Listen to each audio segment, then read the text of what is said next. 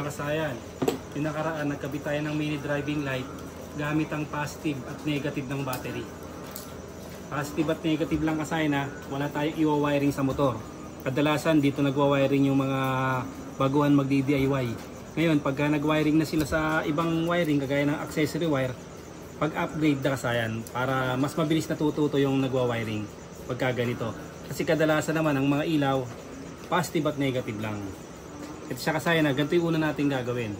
Kailangan lang natin iporma yung mini driving light natin ng tama para pagka pinailaw natin, diretso yung ilaw niya. Hindi siya nakapahalang. Kailangan pag ganun yung ilaw niya, pag ganun yung ilaw niya, hindi siya yung pag ganun yung ilaw. So, pagsasama-samahin lang natin yung tatlong kulay. Low beam, yellow, red, high beam. Tapos yung black, yung ground. Automatic ilalagay natin sa ground yan. Dito lang kayo magduduktong kung ilalagay nyo sa unahan yung inyong driving light. Ayan siya, magduduktong lang tayo ng wire para mapunta siya dun sa may sa unahan ng ating motor. Ayan siya. Tapos yan yung una natin gagawin, isil nyo kagad to yung negative, yung kulay black lalagay natin sa negative ng battery. Wala tayong relay yung nakaraan ngayon may relay tayong gagamitin gamit ang positive at negative ng battery.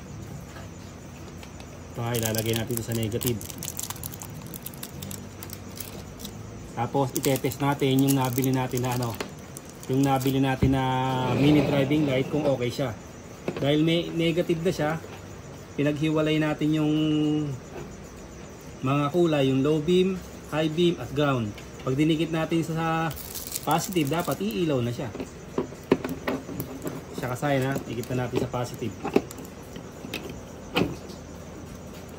Ayan.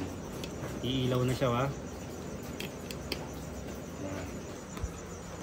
Tapos, dikit naman natin yung high beam.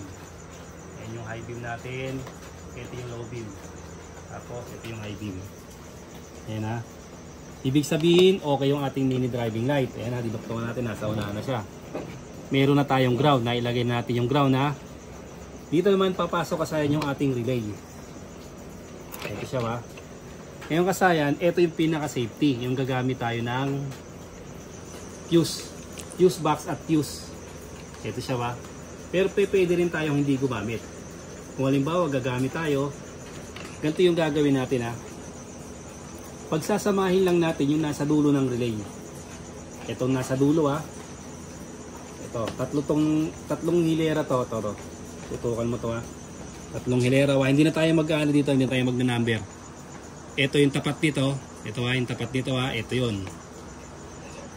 Tapos kukuha lang tayo rito sa may kanan. Kunin natin yung kanan. Ito siya pansinin nyo Yan. Ito yung kanan natin Pagsasamahin lang natin to. Dito, kung mini driving light lang ang lalagyan nyo ng relay, ganito yung gagawin natin Pagka hindi tayo gagamit ng ng fuse box, wala tayong fuse, diretso lang sa rito.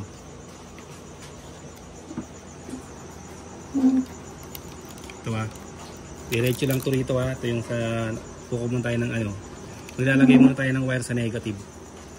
Kasi ang tutorial natin, maglalagay tayo ng relay gamit ang ang mini driving light, gamit lang negative at positive ng battery. Ito siya Tapos kung may fuse, dito siya dadaan. Pag ganyan siya for safety. Pero kung kaya nyo siyang i-safety, balutan ng tamang balot, walang magiging problema kahit wala siyang relay kahit walang relay, kahit walang fuse box. Tapos kasayin ito. Ito naman ngayon, nakuha na natin yung yung dulo. Yan, yung dulo at saka yung kanan. Ganito yung forma natin Yan, ganyan yung forma natin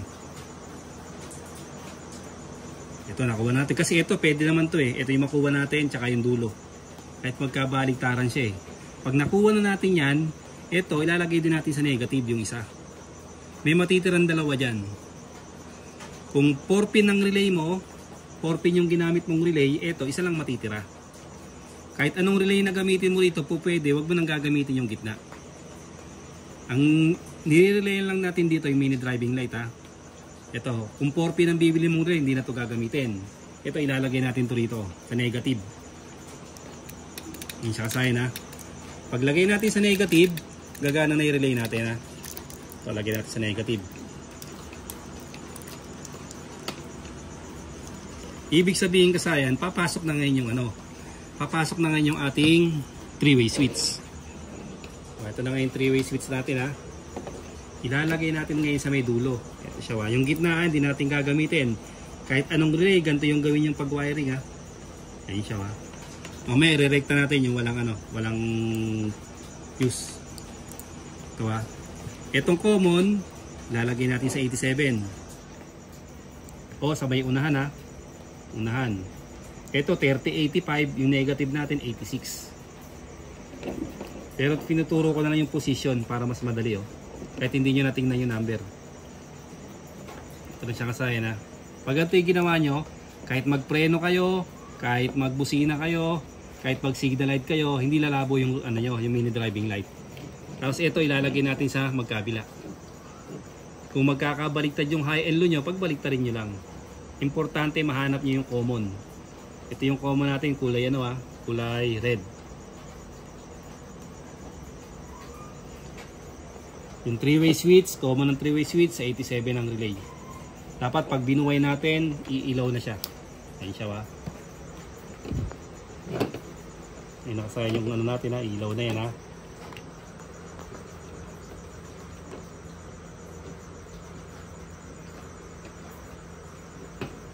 Ayun siya ha. Okay. Pagka ito yung off natin, ito yung low, tapos yung high. Ayun siya. Low, high. Ibig sabihin tama. Kung mali, pagbabalik-tarin nyo lang to. Pansinin nyo kasayan ha. Nag-relay tayo. Gamit lang ang battery. Pero ito kasayan, dahil newbie pa lang yung nagwa-wiring, hindi natin nilagay sa accessory wire. Pag in-off natin to, pag in-off natin yung ating ilaw, off siya ha. Kahit naka-off yung ating motor, mabubuksan yung ating MDL ha. Kasi ito yung unang step sa pag-wiring. Positive at negative lang ng battery. Susunod, pag alam niyo na yung accessory wire, ilalagay na natin sa accessory wire naman. Sa accessory wire ilalagay yung ating relay para pagbukas lang ng susian, saka pa lang gagani ating mini driving light. Dito, basic na basic lang siya ha. O to. Ito yung switch natin ha. Nasa may 87 ng relay. Kahit anong relay, huwag nyong gamitin yung pinakagitna. Kahit 4 pin, pwede. Ganito yung pag-wiring. Pagsamahin nyo lang yung dalawa. Ito, sa may, pag nakaganto yung relay natin, sa may dulo, at saka itong sa may kanan. Pag nakaganto yung forma ng relay natin ha. Tapos yung nasa kaliwa niya, ilagay natin sa ground. Yung nasa unahan niya, yung 87, ilalagay natin sa common ng 3-way switch. Pag hindi nyo na ilagay sa common, hindi lalabas yung high and low. Hindi lalabas yung high and low pag hindi na ilagay sa common, isang ilaw lang yung lalabas dyan. Kailangan mailagay natin sa common to. Pasinin nyo kasi na napakasimple lang, gamit lang ang battery. Tapos pagduduktong lang tayo ng wire para umabot sa may unahan yung ating ano, yung ating mini driving light at saka yung 3-way switch sa handlebar. Ngayon, ito naman yung kung halimbawa naman kasi na wala tayong ilalagay na fuse. Siya kasi na dito lang siya, diretso lang siya dito. Hindi siya ha. Diretso lang siya rito. Rekta lang siya. Siguro doon nyo lang na masisecure nyo yung ano. Masisecure nyo yung wire ng maayos. Balutin nyo rin ng electrical tape. Para ano siya, ganito siya oh. Bukod sa wire niya, may protection siya. Pagka pinahaba nyo na siya sa may unahan. Ganito lang kasayan yung pag-wiring ng may relay. Mag-signal light ka, magbusina ka, mag-brake ka, hindi lalabo yung ano mo ha. Hindi lalabo ang yung mini driving light, hindi siya lalabo. Kahit pag-breno ka. Yun ang kaganda ng ating relay ha. O, ganito lang. Nag-wiring tayo sa pamamagitan lang ng positive at negative ng battery with relay. Hanggang dito na lang mga kasayan. Salamat sa panonood.